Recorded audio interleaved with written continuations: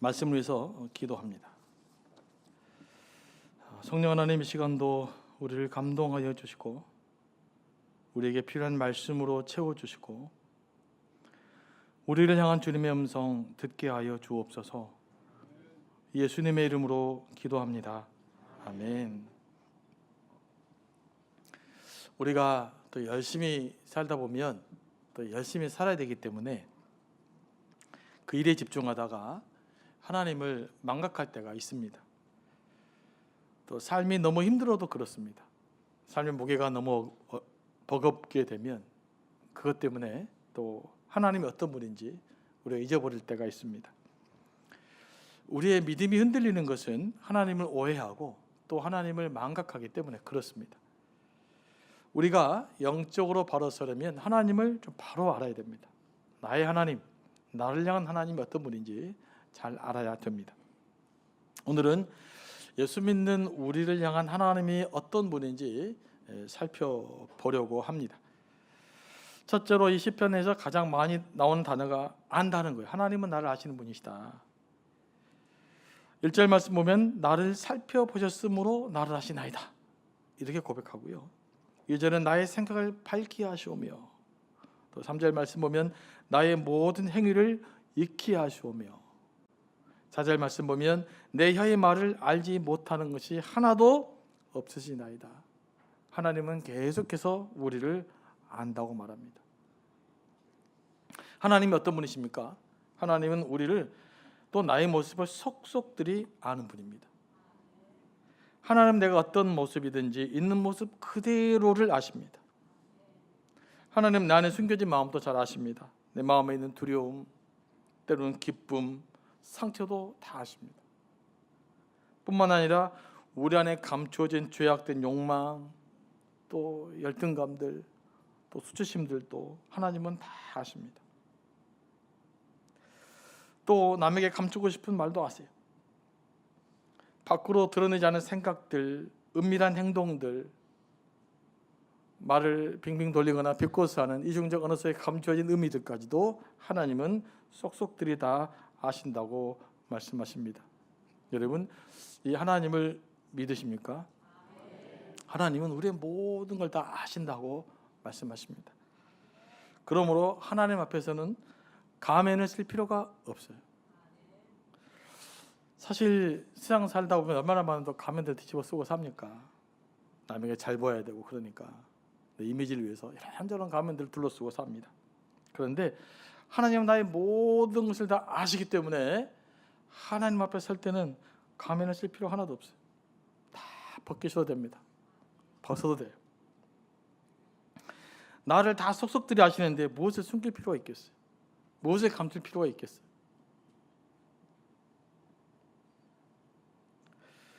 그런데 의외로 많은 분들이 하나님 앞에서까지도 되게 솔직하지 못합니다. 하나님께 기도하는데도 여전히 가면을 쓰고 기도를 해요. 그래서 하나님과 만남이 모호해지는 겁니다. 역설적이게도 나를 잘 아시는 하나님 앞에 나를 있는 그대로 노출시킬 때 비로소 마음의 안정과 자유롭게 됩니다. 이게 신앙의 역설이에요. 사람 앞에서는 나를 잘못 노출시키면 큰일 납니다. 잘못하면 집합할 수도 있고 해를 당할 수도 있습니다. 그러나 하나님 앞에서는 그럴 염려가 없죠. 그래서 하나님 앞에 나아갈 때 가장 중요한 것은 뭐냐? 바로 솔직하고 진솔한 마음이에요. 하나님 앞에서만큼은 가장 솔직한 모습으로 다가가셔야 돼요. 하나님 앞에 나아갈 때는 때로는 여러 가지 부담이 있죠. 늘 좋은 감정이 있을 수도 있지만 부정적인 감정들도, 때로 의심스러운 상황들도, 믿을 수 없는 그 갈등들도 하나님 앞에서는 솔직하게 가지고 나올 수 있어야 됩니다. 그러면 답이 찾아져요. 근데 우리가 적당하게 숨기고 적당하게 감추고 하나님 앞에서까지도 그럴듯한 사람으로 서려고 하기 때문에 문제가 생기는 거예요. 다 아시는데 뭘 숨길 것이 있겠어요? 무슨 하나님 앞에 그럴듯한 모습 설 필요가 뭐가 있겠어요?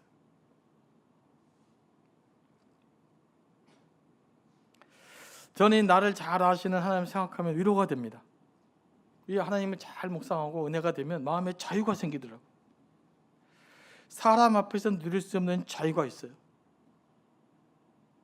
마치 어린아이가 부모님 앞에서도 발가벗은 모습으로 자유를 누리는 것처럼 그렇게 우리 안에 자유가 있음을 발견하게 됩니다. 여러분, 이런 자유가 좀 있으십니까? 사람은 누구나 행복에 대한 갈망이 있어요. 그런데 그 행복에 대한 갈망은 궁극적으로 이 자유함에 대한 갈망이에요. 행복을 이렇게 벗기면 마지막 남은 건 자유함이에요. 방종이 아니고 뭔가 나를 얽어매고 있는 것들, 나를 칭칭 감고 있는 것들, 나를 가둬놓고 있는 것들, 이런 것들로부터 자유로워지는 거예요. 이런 자유가 실은 행복이거든요. 그걸 찾아 나서고 있는 거예요.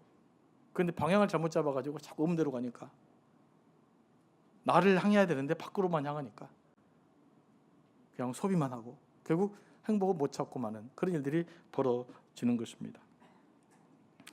참된 자유함은 어떻게 우리가 주어지느냐? 오직 하나님 앞에 벌거벗은 모습으로 여러분 자신을 완전히 노출시킬 때 하나님이 여러분을 자유케 하십니다.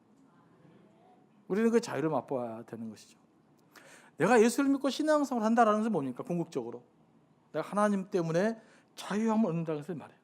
누구의 눈치도 없이 그냥 하나님 앞에 자유로운 있는 모습 그대로 하나님 앞에 드러낼 수 있는 것, 그런 자유함을 누릴 때 신앙생활의 맛이 있어요. 영적인 맛이 있는 것입니다. 여러분은 신앙생활 하면서 그런 걸 경험하고 그걸 추구하는 거예요. 이게 신앙생활이에요. 다른 무엇이 아니라. 다른 건 좀 부수적인 거라고요. 근데 우리는 이 본질적인 자유함을 경험하지 못하고 자꾸 부수적인 것에 너무나 많은 관심을 갖기 때문에 우리가 하나님이 우리에게 주시고자 하는 그런 풍성한 그 자유함을 누리지 못하고 살아가는 것입니다. 나의 모든 것을 아시는 하나님 앞에 아이가 자유롭게 부모님이 안기는 것처럼 그렇게 하나님 앞에 있는 그대로의 모습으로 나아갈 수 있게 되기를 소망합니다. 그래서 하나님이 주시는 그 자유함을 누리며 살아가게 되기를 원합니다. 이건 세상으로는 경험할 수 없는 거예요. 밖에서는 경험할 수 없는 거예요. 하나님이 내게 주신 내 안에서부터 나오는 이 경험들을 여러분들이 누리며 살아갈 수 있게 되기를 원합니다. 그리고 하나님 어떠신 분이십니까? 하나님은 나를 아시고 나를 살피시는 분이십니다. 하나님은 내가 어디로 가든지 나를 살피시는 분입니다. 이스라엘 입장에서 보면 당시에 저 높은 산 끝으로 가면 하나님이 안 계시는가? 아닙니다. 거기에 거할지라도 하나님은 나를 살피십니다. 그럼 수월, 지옥이라고 할 수 있는데 저 깊은 지하 속에 거하면 하나님이 나를 살피지 못하시는가? 아닙니다. 거기에 거할지라도 하나님은 나를 살펴보십니다. 심지어 바다 끝에 가서 거할지라도, 땅끝이라고 생각되는 바로 그곳에 거할지라도 하나님은 나와 함께 계시고 나를 살피시고 나를 지키시는 분이시다라고 시편 기자는 고백하고 있어요. 내가 아무리 노력해서 하나님을 피해 달아나려고 해도 하나님은 바로 거기에 계십니다. 거기서 나를 살펴보고 계십니다. 그냥 팔짱 끼고 계시는 것이 아니라 나를 보호하시고 나를 살펴보신다는 뜻입니다. 이 하나님을 믿으십니까? 선지자 요나는 느헤미야에서 복음을 전해라는, 아니죠, 갑자기 생각이 안 나는데, 복음을 전하는 하나님의 사명을 거부하고 하나님 눈을 피해 배를 타고 다시스로 도망하려고 했습니다. 시편 기자의 표현대로 바다 끝에 가려고 했어요. 그뿐만 아니라 본인 딴에는 하나님의 눈을 피해 배 밑창에 숨어 있었습니다. 하지만 거기에도 하나님은 계셨고 거기에서도 하나님은 요나를 살펴보고 계셨습니다. 고래가 요나를 삼켰을 때에도 하나님은 거기에 있었고 거기에 요나를 살펴보고 계셨습니다. 요나는 무슨 수를 써도 하나님을 피할 수가 없었습니다. 자기는 하나님을 피할 수 있을 거라고 생각했지만 실은 것은 불가능했던 것입니다. 그러면 왜 하나님은 이토록 우리를 살펴보고 계시는 걸까요? 우리를 보호하시고 우리와 동행하기 위함이에요. 수월 바다 끝은 어둡고 위험한 곳인데 그곳에서도 나를 살피시는 분이십니다. 하나님은 우리를 자녀 삼으셔서 이제 니들 알아서 잘 살아라 그렇게 내버려 두기는 분이 아니시라 끝까지 나를 살피시고 나를 지키시고 보호하시는 분이십니다. 정말 하나님 여러분을 보호하실 줄을 믿으십니까? 여러분 안전하십니까? 하나님의 보호하심을 느끼면 우리는 심리적으로 뭐가 찾아오느냐? 안전함이 찾아와요. 어디를 가도 안전하다.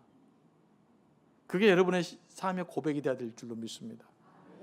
비록 사업이 잘 안 돼도 내 인생이 안 풀려도 때로는 되게 위험한 곳 같은 데에도 불구하고 그럼에도 불구하고 여러분은 안전합니다. 왜일까요?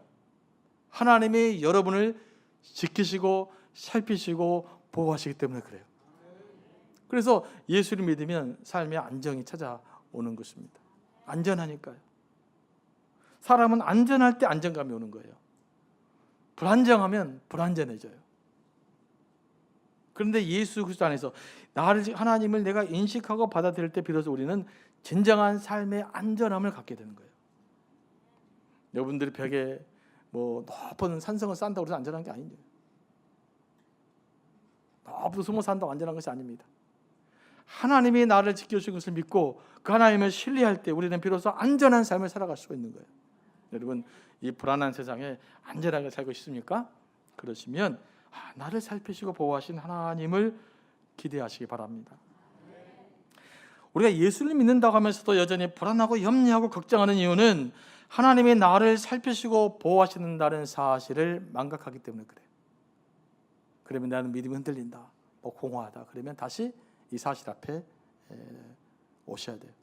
시편 139편 1절 10절까지 읽으시면 돼요. 하나님은 나의 감각을 넘어서 우리의 인지 능력을 넘어서서 우리와 함께 하시고 우리와 동행하십니다.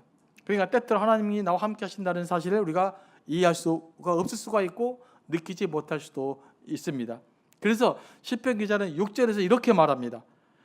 이 지식이 너무 기이하니 높아서 내가 능히 미치지 못하나이다.